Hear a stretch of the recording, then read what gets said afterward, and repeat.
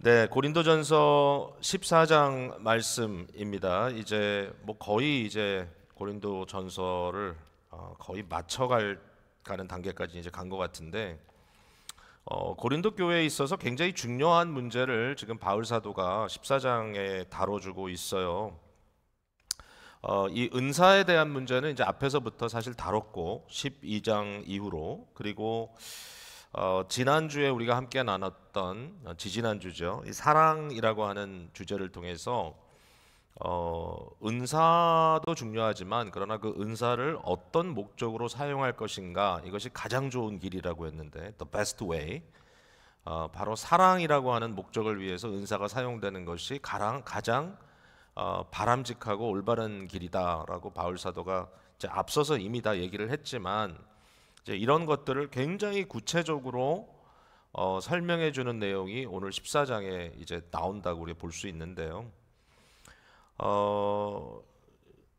고린도 교회에 문제점이 있다면 여러 가지 문제가 드러나지만, 그 중에 한 가지 문제는 영적인 은사에 대해서 굉장히 민감하고, 어떤 그 성령께서 주시는 특별한 어떤 영적인 능력들에 대해서 굉장히 관심이 많았는데, 이런 것들이 자기 개인의 영성을 위해서 사용되어야 된다라고 생각했던 것 같아요. 그러니까 내가 어떤 공적인 교회의 사역을 위해서가 아니라 이제 내 스스로 홀로 기도할 때라든지, 내가 혼자 있는 그 자리에서 내가 무언가 성령의 은혜로 말미암아 비밀스러운 어떤 능력이나 비밀스러운 어떤 지식을 갖고 있다고 하는 것이 저들에게는 굉장히 중요하게 여겨졌고, 그리고 이제 그것을 통해서 자기에게 어떤 영적인 지위가 주어진다라고 하는 생각까지 했던 것 같습니다. 그러니까 그런 문제 때문에 바울 사도가 끊임없이 이제 고린도 교회를 향해서는 서로 점수를 매긴다든지, 자기 스스로 우월감을 느낀다든지, 지식에 대한 어떤 자신감이나 이런 교만함을 품는다든지, 이제 이런 문제에 대해서 굉장히 많이 지속적으로 바울 사도가 이렇게 다듬어주고 있는 모습을 우리가 볼 수가 있어요. 결국은 남들이 전혀 이해할 수 없는 것들도 그 안에 있었던 것 같아요. 오늘 본문에 나오는 것처럼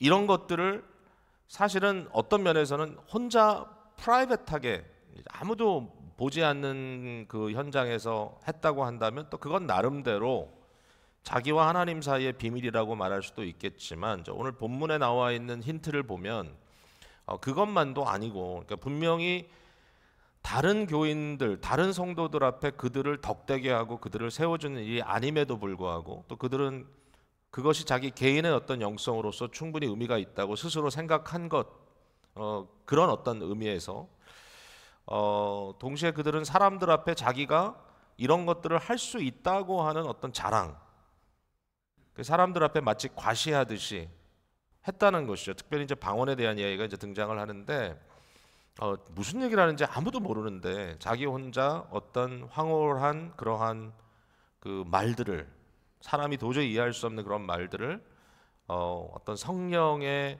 이끌림을 통하여 하고 있다라고 이렇게 생각하고, 그것을 사람들 앞에서 막 하고 있는데, 결국은 과시하는 것밖에 되지 않죠. 사람들이 그걸 볼 때 저 사람 좀 뭔가 있나 봐. 근데 그게 뭔지는 아무도 모르고, 뭐가 있긴 있는 것 같아, 뭐 이런 식으로 나름 그 사람에게 크레딧을 줄 수 있다고 생각했던 그런 분위기. 사람들이 그런 것 때문에 끊임없이 이러한 고민들, 이러한 어떤 추구를 하고 있었다는 것이죠.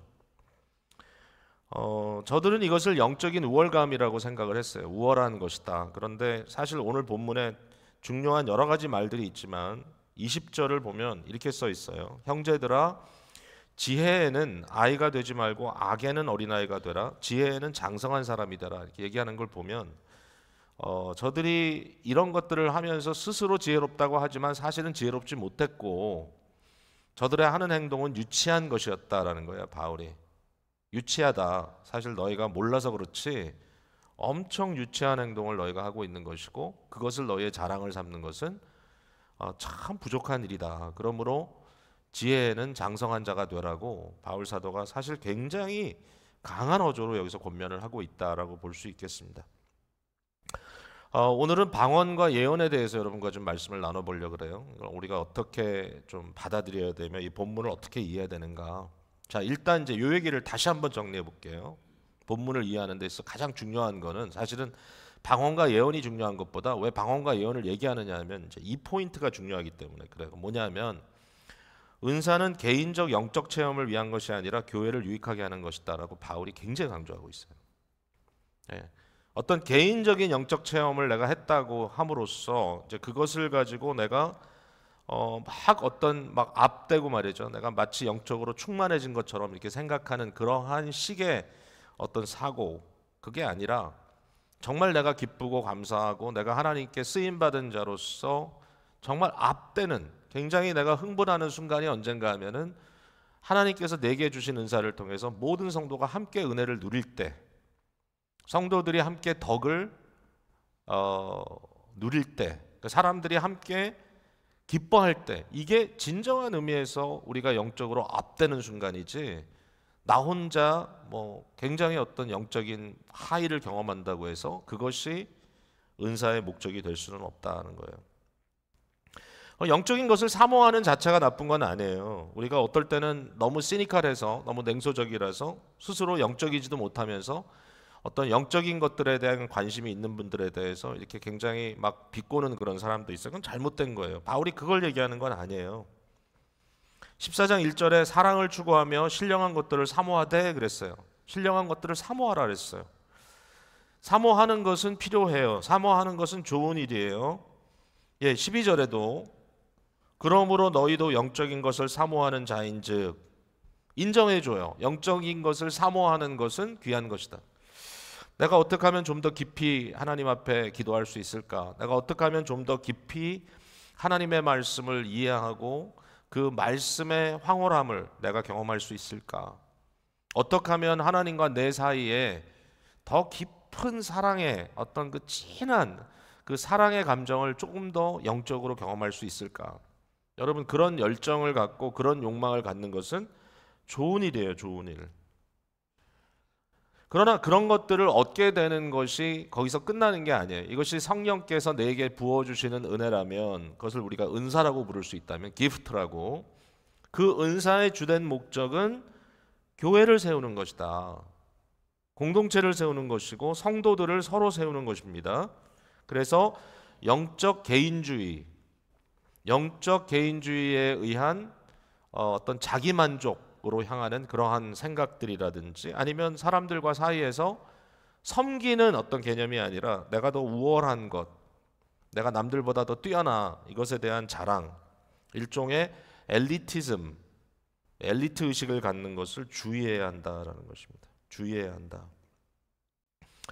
14장 4절 이후로 계속해서 말하고 있어요. 방언을 말하는 자는 자기 덕을 세우고 예언하는 자는 교회 덕을 세운다. 쭉 내려가다 보면 계속해서 반복되는 말이 뭐죠? 유익하게 하려 하는 것이다. 유익하게 하려 하는 것이다. 유익하게 하려고 하는 바로 그 목적을 위하여 바울 사도는 하나님께서 은혜를 주시고 은사를 주신다는 사실을 생각하고 있는 것이고요. 앞서 말한 대로 가장 좋은 길은 사랑입니다. 사랑.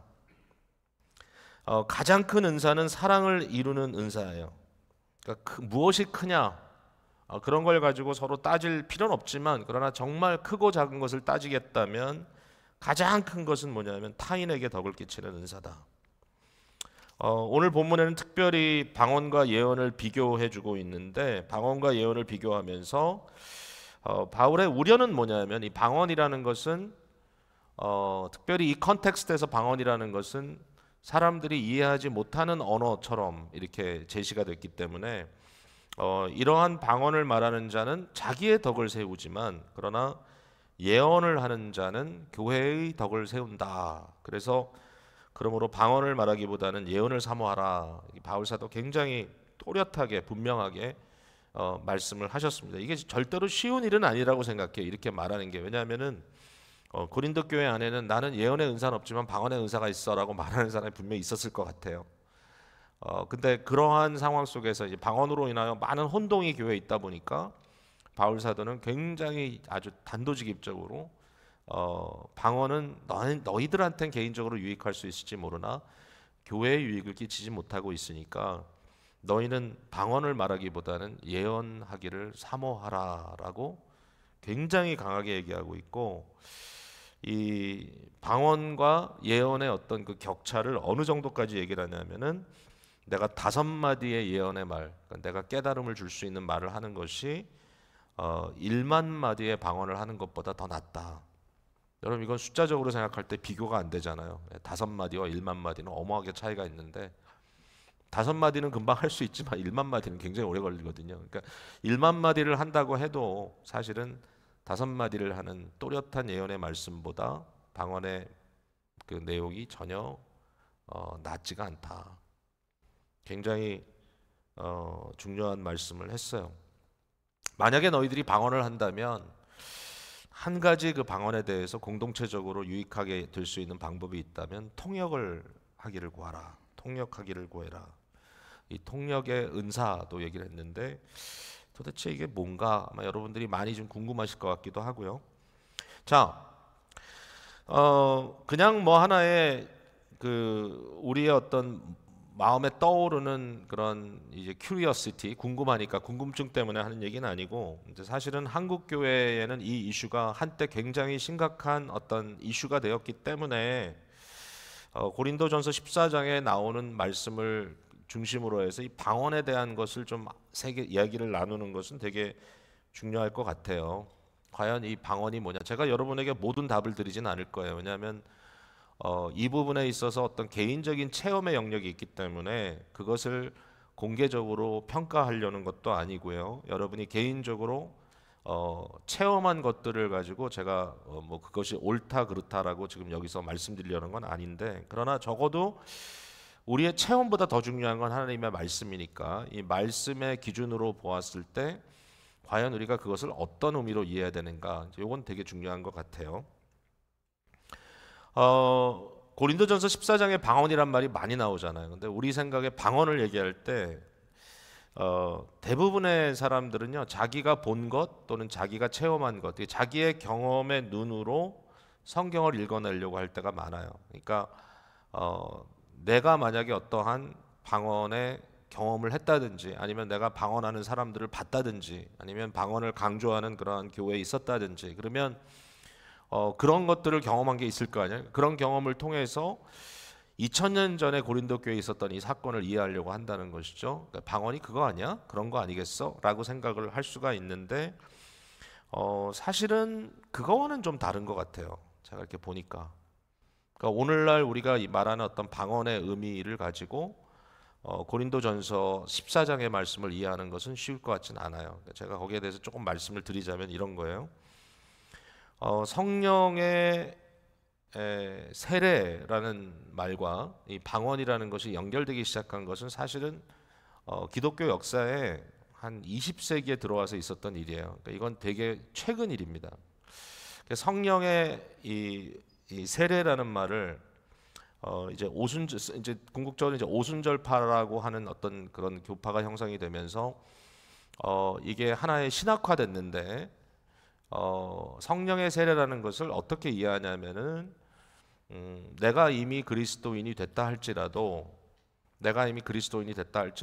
다시 말해서 내가 내 마음에 예수님이 나의 구원자다라고 하는 믿음이 생기고 예수님의 주권을 내가 인정할 수 있다고 하더라도 많은 경우의 문제는 뭐냐면 그것을 안다고는 하지만 그러나 그것이 내게 어떤 영적인 능력으로 나타나지 않고 많은 경우의 죄와의 싸움에서 굉장히 미천한 본인의 모습을 경험할 때가 많단 말이에요. 그러니까 이제 내가 구원은 받은 것 같은데 능력이 없네. 이제 그러한 경우에 이제 어떤 이야기를 하기 시작하냐면은 성령을 받아야 돼. 성령이 없이는 우리가 구원받을 수 없는 거니까 1차적으로 성령의 역사가 분명히 내게 있었음에도 불구하고 그것 갖고는 부족하고, 성령이 내게 임하되 어떻게 임하느냐? 여러분이 너무나 잘 아는 사건이죠. 사도행전 1장, 2장 이렇게 쭉 전개돼서 나오는 바로 오순절 다락방 사건. 임했던 것처럼 이미 그들은 제자였지만, 이미 그들은 예수님을 따르던 사람들이지만, 그러나 예수님을 버리고 도망갈 정도로 무기력한 사람들이었는데, 오순절 다락방 사건을 통해서 성령이 강권적으로 저희들에게 부어졌을 때, 마치 이제 세례를 물을 붓는다라고 한 개념으로 얘기한다면, 물이 아니라 성령이 불같이 저들에게 부어졌을 때, 저들은 성령의 세례를 받고 새로운 사람들로 변화되었다. 이제 이렇게 이제 인식을 하는 거예요. 그러면서 그 성령의 세례와 함께 반드시 나타나야 될 현상이 있다면 그것은 방언이다.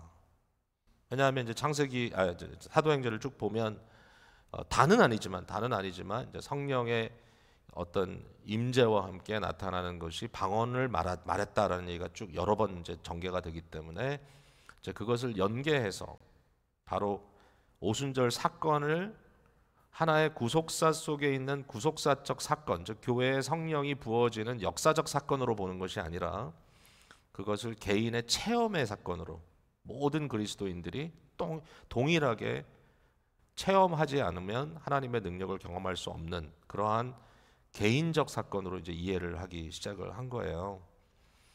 이게 언제 구체적으로 이제 시작이 됐냐면은 사실은 미국의 로스앤젤레스, 그럼 여러분 어딘지 아시죠? 저쪽 서부 한국 한인들 많이 사는 이제 로스앤젤레스에 그 아주사 스트릿이라는 곳이 있는데 거기에 1906년도에 아주사 스트리트 리바이벌이라고 하는 일종의 오순절 부흥 운동이 있었어요.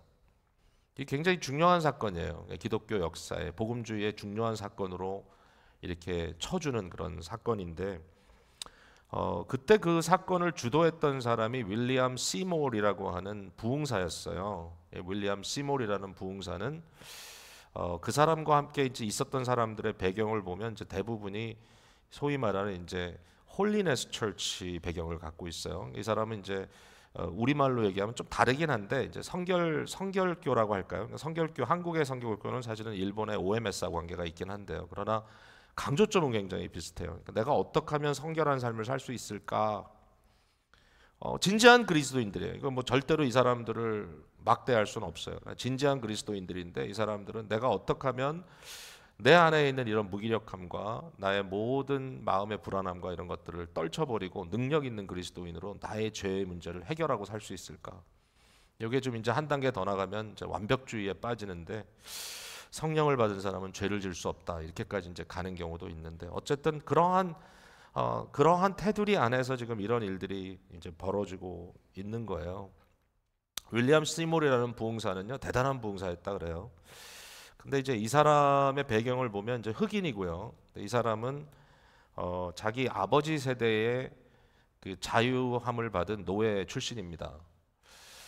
근데 미국에서 이 흑인 노예라고 하는 것은 여러분 어떤 의미인지 아시죠? 그러니까 노예가 안 된 것까지는 좋은데 그 다음에 극심한 가난함 속에서 살았고 너무나 고통스러운 인생을 사는 그런 배경을 갖고 있던 분인데 이분이 성령의 은혜를 체험하게 됐다는 거죠. 그리고 나서 이런 방언의 역사를 경험하게 된 겁니다. 어쨌든 이제 이러한 일들이 부흥이 일어나는데 특별히 1906년도에 있었던 바로 이 아주사 스트릿에 있는 그 아프리칸들이 모였던 교회예요. 아프리칸 에피스코팔 메토디스 처치라고 이렇게 보통 부르는데 이제 그 사람들은 일종의 사도적 교회라고 부르기도 합니다. 오늘도 이 주위에 그런 트래디션이 많죠. 흑인 교회들 하는. 그래서 이제 이러한 교회의 배경으로 소위 말하는 이제 체험적 신앙. 그래서 오순절 다락방 사건을 재현하는 그런 사건이 그 상황 속에 벌어지기 시작했다고 이제 알려지기 시작한 거예요. 근데 신문 기자들이 가서 취재를 했어요. 그때. 그래서 이 사건이 너무 이제 당시는 기독교라는 것이 모든 사람들의 어떤 그런 norm, 일종의 그것이 일반화되어 있기 때문에 이런 일이 있을 때 굉장히 관심을 갖고 이제 취재를 했는데 그 취재한 내용을 들어보면 되게 재밌어요. 그러니까 어떤 이 지역에 지금 아마 그 교회에 계속 지속적으로 리바이벌을 했으니까 이제 미팅이 계속됐던 것 같아요. 근데 그 계속되는 미팅 속에 찾아가 봤더니 대다수는 흑인들인데 거기에 이제 백인들이 몇 명 이렇게 섞여 있고 근데 모든 사람들이 어, 그 아주 괴성을 지르면서 기도를 하더라는 거죠. 괴성. 그러니까 이제 하울링이라고도 이렇게 이제 써 있는데 뭐냐 마치 짐승의 울음소리 같은 하면서 울면서 이제 기도를 하는데 그 소리가 얼마나 큰지 그 동네를 다 막 진동을 할 만큼 그런 이제 소리가 들렸는데 그때 사람들의 모습을 보면 이 되게 재밌어요. 그때 모습을 보면 이 사람들이 몸을 앞과 뒤로 이렇게 흔들면서 기도를 했다는 거. 앞뒤로 흔들면서. 예, 이렇게. 우리도 잘하잖아요. 주여 하면서 잘하잖아요. 그러니까 이런 거를 모르는 서구의 기독교인들은 왜 코리안들은 이렇게 기도하냐 이렇게 물어보더라고요, 저한테. 저도 모르겠어요. 근데 이때 있었던 그 사건을 취재한 사람들의 말에 보면 저들이 몸을 앞으로 왔다 갔다 스월빙 하는데 그들의 모습을 보면 몇 시간 동안 계속해서 그걸 하는데 몇 시간 동안 근데 감정적으로 굉장히 고조되어 있는 상태에서 이런 표현이 나오더라고요. nerve-wracking attitude of prayer 그랬어요. 이게 도대체 무슨 얘기냐? 제가 보기에는 굉장히 긴장한 가운데 어쩔 줄 몰라 하면서 고조된 가운데 또 많은 경우는 덜덜 떨면서 고함을 이렇게 지르면서 기도했다. 여러분 좀 익숙하지 않아요? 이 모습이? 저는 되게 익숙한데요. 이걸 딱 듣는 순간에 내가 어릴 때 기도원 갔을 때 봤던 그 그림하고 똑같은데 여기 이제 한국 목사님들 조금 이제 부흥사들이 좀 이상해가지고 한 대씩 때리고 지나갔던 기억이 나는데 뭐 안수라고 그러면서 저도 몇 번 얻어맞았어요. 근데 대부분 기도 그 여전도의 기도회 때 이런데 엄마 따라갔다가 아직 그 건장한 남자 부흥사가 그 연약한 여인들의 머리를 한 대씩 때리고 지나가는데 지금도 생각해 보면 그게 뭐지? 근데 한 대씩 맞으면 별을 보시는지 주여 그러면서 쓰러지더라고요. 제가 그냥 우스개로 얘기하는 건 아니고요. 그런 경험들이 우리에게 있다는 거고요. 근데 한 가지 재미있는 것은 1904년에서 7년까지 소위 말하는 이제 한국의 대부흥 운동이 있었어요. 소위 평양 대부흥 운동이 1907년도 사건이지만 그게 몇 년 동안 이렇게 이어져 가는데 근데 너무너무 신기한 게요. 오늘날의 개념으로 생각하면 이해가 안 되는 게 1907년도까지 이어졌던 부흥 운동을 너무나 많은 선교사들이 다 그것을 어카운트를 편지로 해가지고 본국으로 보냈거든요. 근데 그 편지 어느 한 구석에도 방언이나 예언 같은 얘기 나오지 않아요. 신기해. 뭐 신유도 안 나와. 병 낫고 그런 것도 안 나와. 그건 나중 얘기예요. 나중 일제시대 때 그 이후에 나타났던 그런 이제 부흥 운동의 이제 신유 운동이라든지 이런 굉장히 그 신비한 그런 일들이 일어나는데 그때 전체적인 운동의 내용은 회개 운동이었어요. 회개 운동. 너도 나도 할 것 없이 회개하고 눈물로 막 어떨 땐 막 뒹굴면서 막 회개 어쩔 줄을 몰라가지고 그리고 공개적으로 회개하는 운동. 사람들 앞에서 자기 죄를 고백하고 그래서 간증하는 거, 공개적으로 간증하는 게 굉장히 중요했던 그런 시기였어요.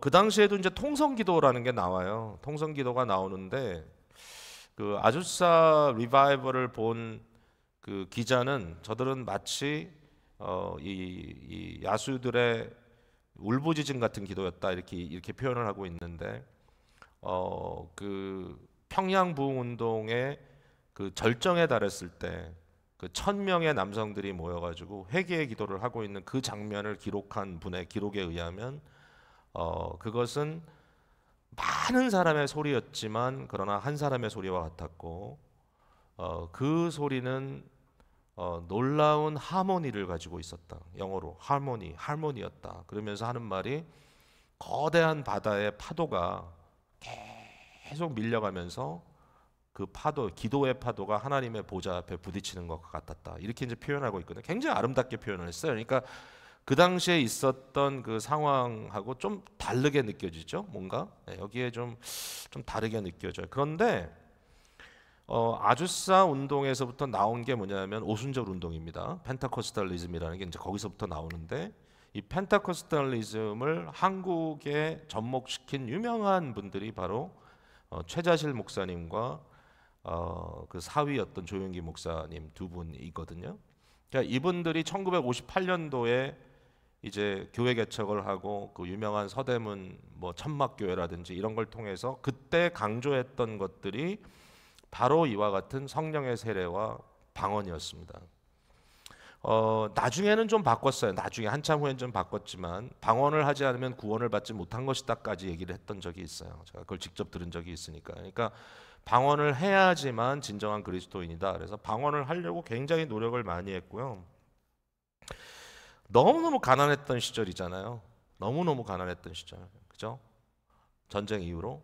그러니까 마치 그 시모어 목사의 어떤 배경하고도 많이 비슷해요. 너무나 가난했던 시절에 뭐 어려운 신학 얘기를 하겠어요? 거기에 어떤 뭐 고상한 그런 무슨 뭐 영성을 얘기하겠어요? 뭐 하나님에 대한 어떤 어떤 독거와 그런 뭐 묵상의 이야기를 하겠어요? 다들 지금 너무 다급한 상황이니까 이런 상황 속에 소위 말하는 이제 삼박자 구원을 외쳤고, 삼박자 구원이 뭐죠?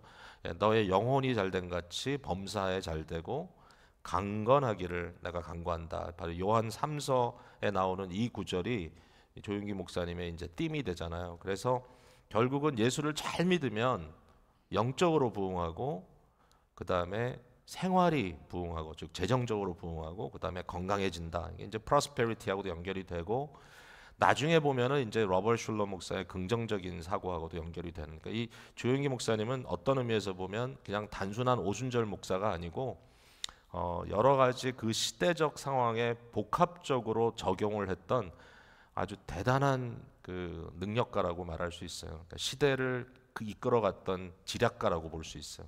근데 이런 식의 그 사건을 통해서 어떤 일이 벌어졌냐면요. 방언이라는 것은 일종의 개인의 능력을 부여받는 순간이었어요. empowering.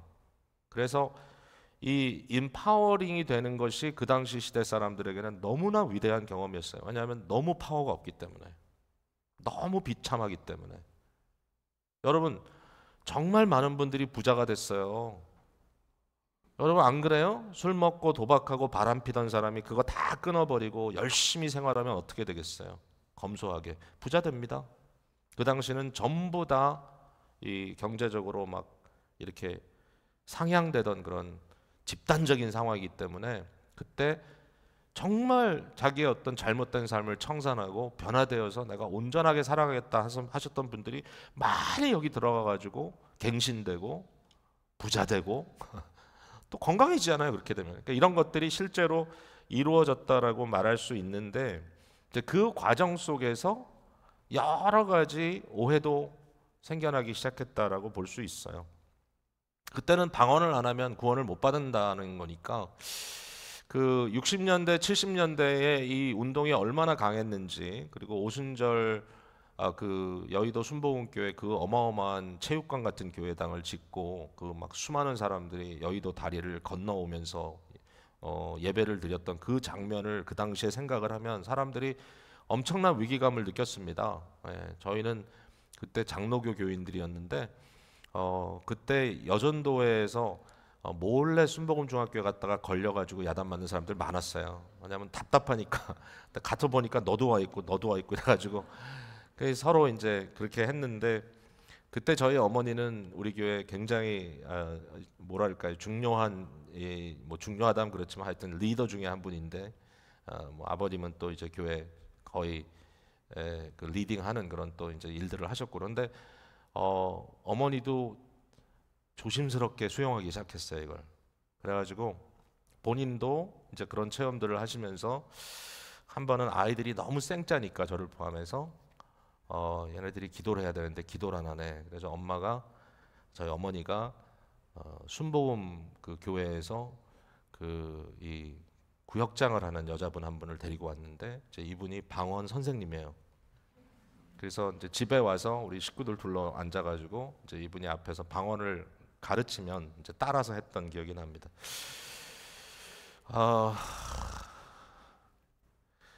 그러니까 이제 그런 어떤 관점에서 이제 방언을 생각하고 이 성경 구절을 봅니다. 지금 우리가. 근데 이제 제가 요걸 조금 조명을 다시 해보면 이제 그러한 어떤 경험과 체험이 이제 이어지고 그 이후에 이제 방언을 경험하는 일들이 사실 있었어요. 근데 과연 이게 뭘까? 과연 이게 그 말인가라고 했을 때 여러분이 아시지만 오순절파에서 얘기하는 그 소위 펜타코스탈의 경험 말이죠. 사도행전 2장에 나오는 방언은 어떤 방언이었어요? 예? 실제로 언어였어요. 그러니까 이제 그 당시에 그 방언을 할 때 그 방언을 하는 사람들은 배워서 한 언어는 아니죠. 그러니까 성령께서 기적적으로 초자연적으로 주셨던 일은 분명하죠. 그런데 이 초자연적으로 이루었던 그 언어가 그냥 황홀경에 빠져서 아무 얘기나 하는 게 아니라 그냥 할렐루야만 반복하는 게 아니라 언어였단 말이죠. 그러니까 어떻게 들었냐면 여러 나라에서 살던 유대인들이 이제 그 오순절이 되어서 이 절기를 지키기 위해서 예루살렘에 모였을 때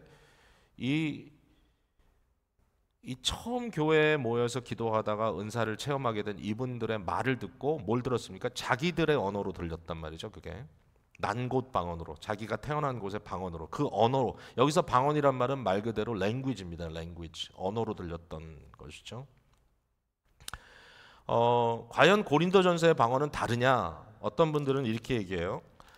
제가 이건 오순절 그 계열에 있는 분들하고 디베이트하면서 이제 들었던 얘기인데 13장 1절에 보면 내가 사람의 방언과 천사의 말을 할지라도 그랬잖아요. 여기에 사람의 방언과 천사의 말이라고 했을 때 자기들은 사람의 방언을 하는 게 아니라 천사의 말을 하고 있다 이렇게 얘기하더라고요. 자기들의 방언은 그러니까 다시 말해서 이건 사람의 언어는 아니지만 그러나 비밀스러운 천사의 말을 내가 하고 있다. 그리고 고린도전서에서 다루고 있는 방언은 바로 그런 방언이다라고 얘기를 하는데 아무리 읽어봐도 그건 아니에요. 왜냐하면 바울이 통역을 언급하고 있기 때문이고 사실 방언을 말하는 사람은 무슨 말을 하는지 자기가 몰라요. 성령의 이끌림을 통해서 하고 있어요. 그러나 그 말이 통역될 수 있다는 가능성은 굉장히 중요합니다. 그러니까 다시 말해서 이것이 어떤 언어라는 거예요.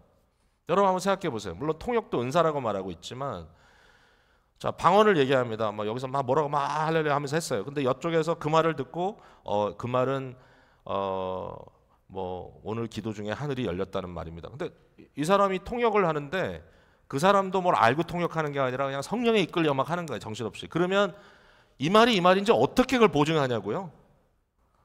여기 전혀 컨트롤이 없잖아요. 그게 무슨 통역이냐 이렇게 할 수 있잖아요. 이게 또 오늘 또 시간이 많이 가서 제가 이렇게 설명을 하다 보면 시간이 가니까 이게 또 이제 빨리 끝내야 되는데 이 프레셔가 오면 그 다음부터는 막 중원부엉 제가 방언을 하기 시작해요. 여러분들 이해 못해. 근데 이게 굉장히 위험하다는 거예요. 제가 대학교 시절에요. 제가 LA에서 다니던 교회가 소위 성령운동이 있는 교회였어요. 그 교회가 이제 약간 성결교 배경을 갖고 있는 교회인데 어느 날 갑자기 그 은사 운동을 하는 분이 오셔가지고 수양회를 인도하고 하셨는데 뭐 너나 나나 할 것 없이 다 은사 받았다고 난리가 난 건데 그때 이제 여학생들끼리 앉아가지고 둘러 앉아서 예언 기도를 서로 해줬어요. 예언 기도를 서로 예언 기도를 해준다는 거예요. 그래서 무슨 예언 기도를 해주나 봤더니 너는 누구랑 사귀어라, 나는 누구랑 사귀어야 돼 이러면서 계속 이제 연애를 하는데 예를 들어서 내가 예전에 사귀었다 헤어진 남자를 네가 사귀어야 된다고 하나님이 말씀하더라 이런 얘기를 제가 직접 들었어요. 걔도 고민하면서 이게 어떻게 해야 될지 모르겠다 하니까 서로 예언을 해주는 거예요. 서로 뭐가 진짜인지 어떻게 알아요? 그러니까 이런 황당한 일들이 벌어지고 그로 인해서 굉장한 시험이 그 교회에 있었습니다. 뭐 대학생들 거의 다 날아갈 정도로. 그러니까 이런 컨트롤이 전혀 안 되는 그런 얘기를 하고 있는 건가 과연? 지금 여기서 말하는 게 너도 나도 할 것 없이 아무도 모르지만 그냥 어떻게 하다 보면 그 말의 의미가 어떻게든지 새어나온다 뭐 이런 얘기를 하고 있는 것인가? 아닌 것 같아. 왜냐하면은 보세요. 14장 18절에 보면은 바울이 이렇게 얘기합니다. 바울이 내가 너희 모든 사람보다 방언을 더 말함으로 하나님께 감사한다 그랬어요. 자 여기서 말하는 방언이 뭡니까? 시간적으로 오래 했다는 얘기입니까? 아니잖아요. 더 방언을 말한 게 뭐예요? 더 많은 언어를 한다는 얘기 아니에요 바울이. 맞아요 틀려요? 전 그렇게밖에 못 읽겠는데 이거는. 그러니까 바울이 여기서 방언이란 말을 하면서 내가 너희 모든 사람보다 더 많은 언어로 방언할 수 있다라고 하는 것을 바울이 그냥 슬쩍 얘기를 해버려요. 에? 그러니까 이것은 뭐냐면 분명히 그냥 어떠한 특정한 나에게 익숙해진 방언 기도를 하다 보면 뭐 그때 방언 선생님이 저한테 했던 얘기가 있어요. 방언 선생님이 하는 말이 방언에 두 가지가 있는데 네가 컨트롤을 못하는 방언이 있고 네가 컨트롤하는 방언이 있다. 도대체 무슨 얘기예요? 그랬더니 기도하다가 막 터져 나오면 그거는 네가 컨트롤할 수 없는 방언이고 근데 방언을 오래 하다 보면 하고 싶을 때 막 한대요. 그래가지고 그 정도 단계가 돼야 진짜 방언하는 거다 이렇게 얘기를 하는데 방언을 막 하는 분들 보니까 맨날 똑같은 말만 반복하시던데 어쨌든 그렇게 막 아무 때나 그냥 막 사람들 앞에 막 방언한다고 이렇게 하시는데 과연 이제 그 말이 여러 가지 언어로 하는 것이다라고 말할 수 있을까? 이제 그거는 좀 아닌 것 같아요. 그러니까 분명히 중요한 것은 뭐냐면 이것은 하나의 언어의 영역인데 그 언어를 통하여 하나님은 지금 무언가 비밀스러운 이야기를 하고 계신데 바울 사도는 그것을 나중에 보면은 이사야의 말씀과 연결시키면서 굉장히 무서운 얘기를 하고 있어요. 그러니까 분명히 어떤 여기에는 의미가 있어요. 그러니까 의미가 없는 소리는 아니라는 거예요. 방언도 의미 없는 소리가 아니라는 거예요. 분명히 여기에는 의미가 담겨져 있고 비밀스럽게 하나님께 드리는 나의 어떤 비밀스러운 기도가 될 수 있다. 예. 제가 한 가지 확실한 건 그거예요. 소위 이제 영적인 체험을 하면서 자기 자신을 온전히 하나님께 맡겨본 경험이 있는 사람들은 제가 이걸 여러분께 다 똑같이 이렇게 해야 됩니다라고 얘기하는 건 아니지만 그럴 때 한 가지 좀 차이가 있다면 기도 시간이 깊어져요. 그리고 기도 시간이 좀 길어지고 그러니까 5분만 기도하면 할 기도가 없는 분들이 많잖아요. 근데 이제 계속 깊이 기도를 하는 가운데 하나님과 어떤 영적인 소통을 하는 경우가 있어요. 저한테 개혁주의 인식론을 가르쳐 주셨던 존 프레임 교수님은 굉장히 개혁주의에 철저한 분이고 이분은 하나님의 말씀만이 유일한 예언의 말씀이고 오늘날 그 말씀이 중심이 돼야 된다는 걸 가르치는데 그럼에도 불구하고 소위 이제 현상적으로 방언을 하는 사람들에 대해서 그것을 어떤 초자연적인 계시적 방언이라고는 절대로 얘기를 안 하지만 그러나 그 경험 자체 그것이 뭐 심리적인 것이든 뭐 어떤 것이든지 간에 그것을 부인하지는 않았어요. 그럴 수 있다. 그러면서 자기가 이런 말씀을 하셨던 기억이 나요. 그분이 올게니스트인데요. 올게를 기가 막히게 쳐요. 이분이. 그러니까 이제 우리가 신학교 다닐 때 채플에서 이제 올겐이 하나 있었는데 전자 올겐이 그 채플에 가끔 보면 그분이 혼자 앉아가지고 막 올겐을 치는데 그 올겐을 어떤 음악이 있어 치는 게 아니라 임프로바이즈를 하면서 칩니다. 그러니까 이제 뭐 재즈 하듯이 말이죠. 그러니까 이제 피아노 건반에 올라가서 악보를 보고 치는 게 아니라 내가 막 음악을 만들어서 치는 거예요. 근데 이분이 그렇게 올겐을 막 연주하는데 보면 막 황홀해가지고 본인이 막 빠져들어가면서 막 고조됐다가 또 조용히 하다 이러면서 쳐요. 근데 이제 이분이 이런 얘기를 하더라고요. 그 순간에 자기는 하나님과 소통하고 있다고. 그러니까 그 올게는 언어가 없잖아요. 그러나 거기에 어떤 하나님께 올려드리는 그런 깊은 마음의 영적인 기도가 담겨져 있다라고 본인이 그렇게 체험을 얘기하더라고요. 되게 신기해요, 이런 게. 이게 웨스트민스터 신학교에서 이런 얘기를 한다는 게. 근데 너무 그 말이 저한테는 동감이 됐어요. 왜냐하면 저도 그런 경험들이 있기 때문에. 아, 그렇구나. 그러니까 그것을 다 무시할 필요가 없어요. 무시할 필요가 없어. 그러나 바울 사도가 여기 굉장히 중요한 얘기를 하는데 나에게는 그것이 덕이 될 수 있을지 모르겠지만 그러나 교회를 덕되게 하는 방언을 말한다면 통역을 해야 되고 그러니까 이해할 수 있는 언어로 해야 되고 만약의 경우에 이해할 수 없는 도저히 이해가 안 되는 언어로 방언만 이야기한다면 무슨 일이 벌어지냐면은 이것은 심판이라는 거예요. 심판. 이 얘기는 이제 어디서 합니까? 자, 14장 21절을 보세요. 율법에 기록된 바 주께서 이르시되 내가 다른 방언을 말하는 자와 다른 입술로 이 백성에게 말할지라도 그들이 여전히 듣지 아니하리라. 이건 뭐냐면 하나님의 백성들을 심판을 하는데 어떤 심판을 하냐면은 하나님의 말씀을 듣고 돌이킬 수 없게 하는 거예요. 이게 이사야에 나오는 굉장히 무시무시한 말씀이에요. 이사야 6장에 누가 나를 위하여 갈고 이사야가 내가 여기 있나이다 나를 보내소서. 그런데 나를 보내소서는 해놨는데 하나님이 하시는 말씀이 네가 가서 아무리 전해도 그 사람들이 돌아오지 않을 것이다. 근데 그 돌아오지 않게 하는 메커니즘 속에 뭐가 있냐면 저들이 이해할 수 없는 말로 한다는 거예요. 이방의 방언으로. 뭐예요? 깨달아지지가 않으니까. 그러니까 여기서 말하는 방언은 어떤 표적인가 하면은 심판의 표적이에요. 닫는 표적이에요. 그러니까 이해가 안 되니까. 그러니까 불신자가 들어왔는데 여기 나중에 나오죠. 교회에 들어왔어요. 근데 이 사람들이 보니까 모두가 다 방언으로 말하는데 무슨 얘기하는지 통 알아들을 수가 없네. 그러면 그 순간에 그 사람들은 너희 미친놈들 아니야? 그러면서 만약에 그 사람들이 그냥 그대로 교회를 나갔다면 무슨 얘기를 하는 거죠? 이 말은 그들에게 심판이었다는 거예요. 이해할 수 없는 말로 결국은 그들에게는 심판이라고 하는 닫혀지는 그러한 사인으로 주어졌다. 그래서 여기 말하는 거예요. 방언은 불신자들에게 보여주는 표라는 거예요. 그 뭐예요? 그들을 위한 게 아니죠.